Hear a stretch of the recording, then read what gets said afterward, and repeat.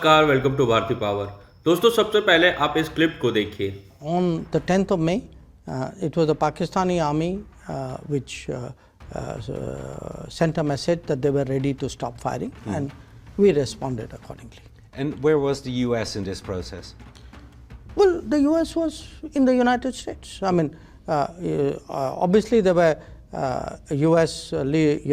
Secretary of State Rubio and Vice President Vance had called up. Rubio had spoken to me. Vance had spoken to our Prime Minister. They had their view, and they were talking to us, and they were talking to Pakistanis, as indeed were some other countries. Yep. I mean, the United States was not alone in this. I think there were some countries in the Gulf. There were some others as well. That happens naturally. When two countries are engaged in a conflict, it is natural that countries in the world call up and ask and try to sort of indicate their concern and what they can do in such a situation. But the ceasefire, the cessation of firing and military action was something which was negotiated directly between India and Pakistan. We made one thing very clear to everybody who spoke to us, not just United States, but to everybody, saying, look, if the Pakistanis want to stop firing, they need to tell us. We need to hear it from them. Their general has to call up our general and say this. And that is what happened.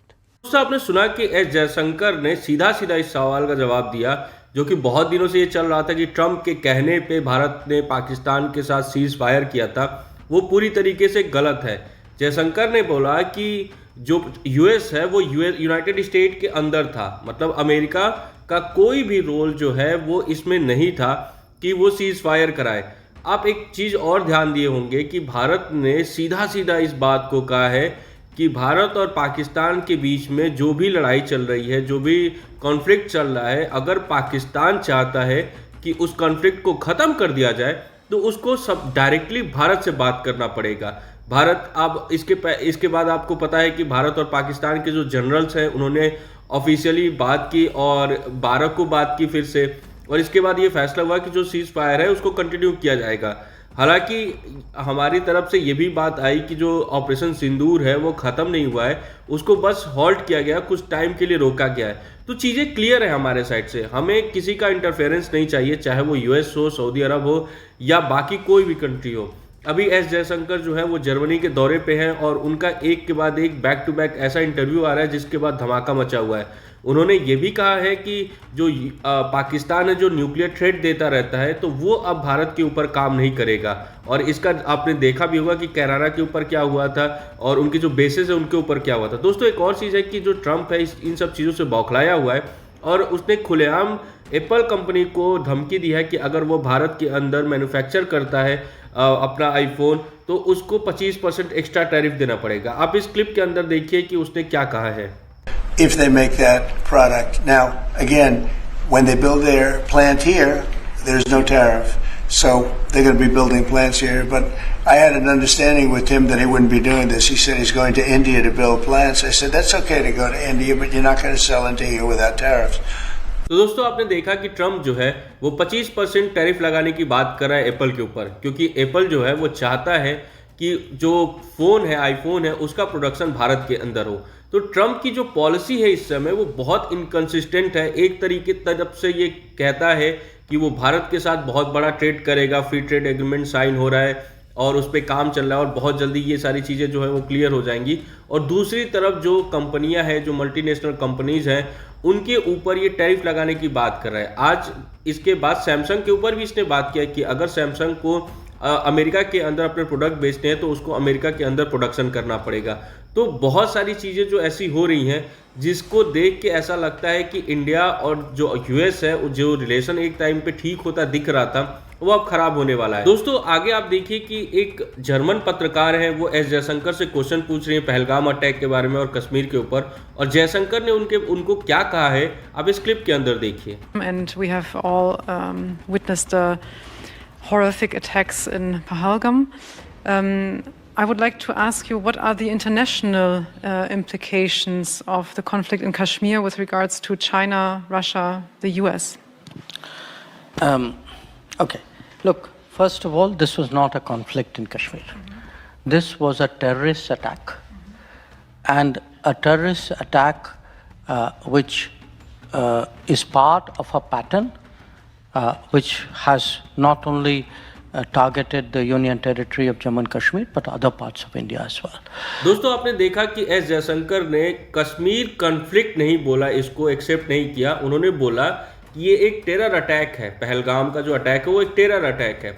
उसका reason ये है कि हम नहीं चाहते हैं कि जो वर्ल्ड स्टेज के अंदर जो कश्मीर कॉन्फ्लिक्ट की बात होनी बंद हो गई थी 370 हटने के बाद, वो फिर से सामने आए और फिर से उसकी बातें शुरू हो। और पाकिस्तान उल्टा चाहता है, पाकिस्तान चाहता है कि कश्मीर की बातें जो है वो फिर से इंटरनेशनलाइज हो जाए और फिर से बातें चलने लगी। आपको याद होगा कि पीएम मोदी ने क्लियरली इस बात को कहा था कि अब बात होगी तो अब पीओके की बात होगी, अब अपने साइड की कश्मीर की बात नहीं होगी, अब बात होगी तो आतंकवाद की बात होगी। तो हमारा स्टैंड क्लियर है कि अब हम बात करेंगे तो वो पीओके की ही बात करेंगे। दोस्तों आगे देखिए कि एस जयशंकर ने उस इंटरव्यू में आगे उन्होंने क्या जवाब दिया। 3 days after the attack, actually issued a statement saying that the people who did it should be brought to justice, they should be held accountable, and that is exactly what we did on the 7th of May.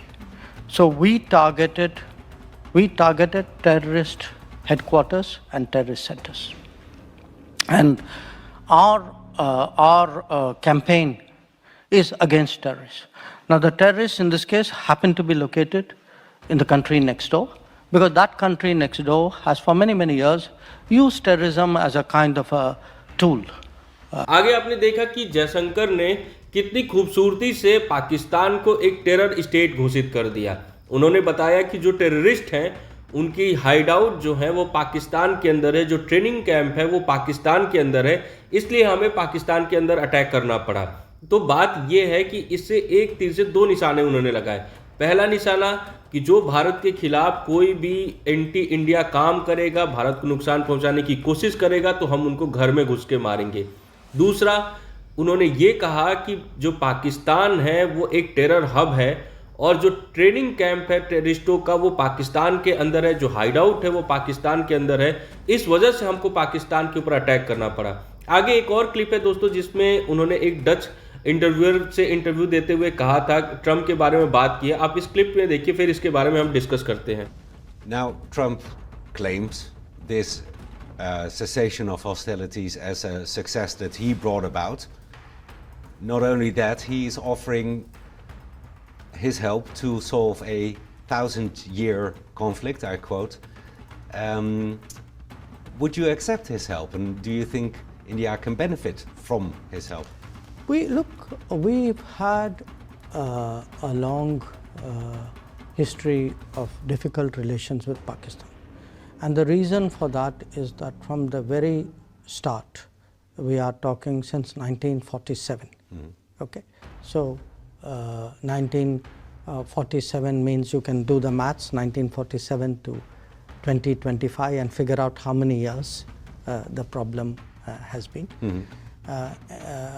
We've had this problem because almost at the time of independence, Pakistan sent in, exactly like this proxy people and said, it's not us.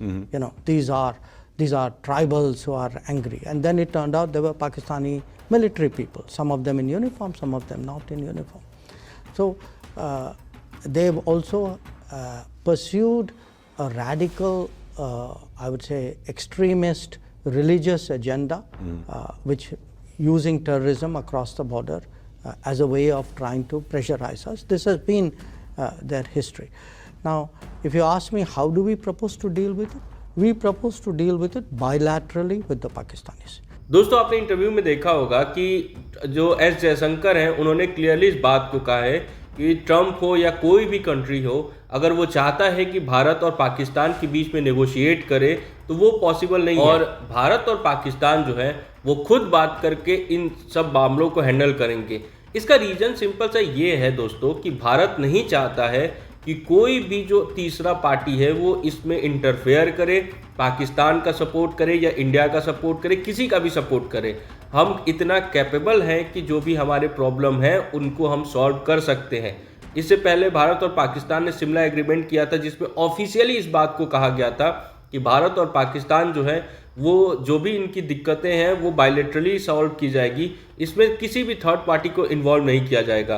तो ये हमारा जो method है वो शुरुआत से clear है। और जैसे आप जयशंकर ने बोला कि 1948 से पाकिस्तानियों ने भारत को परेशान करना शुरू किया, कभी कबायली हमला करते थे, तो कभी 65 में अटैक किया, 71 में वॉर हुआ, 99 में वॉर हुआ, और इसके बाद जब इनको ये समझ में आ गया कि ये भारत से डायरेक्ट वॉर में नहीं जीत सकते, तो फिर उन्होंने टेररिस्ट अटैक करने शुरू किए।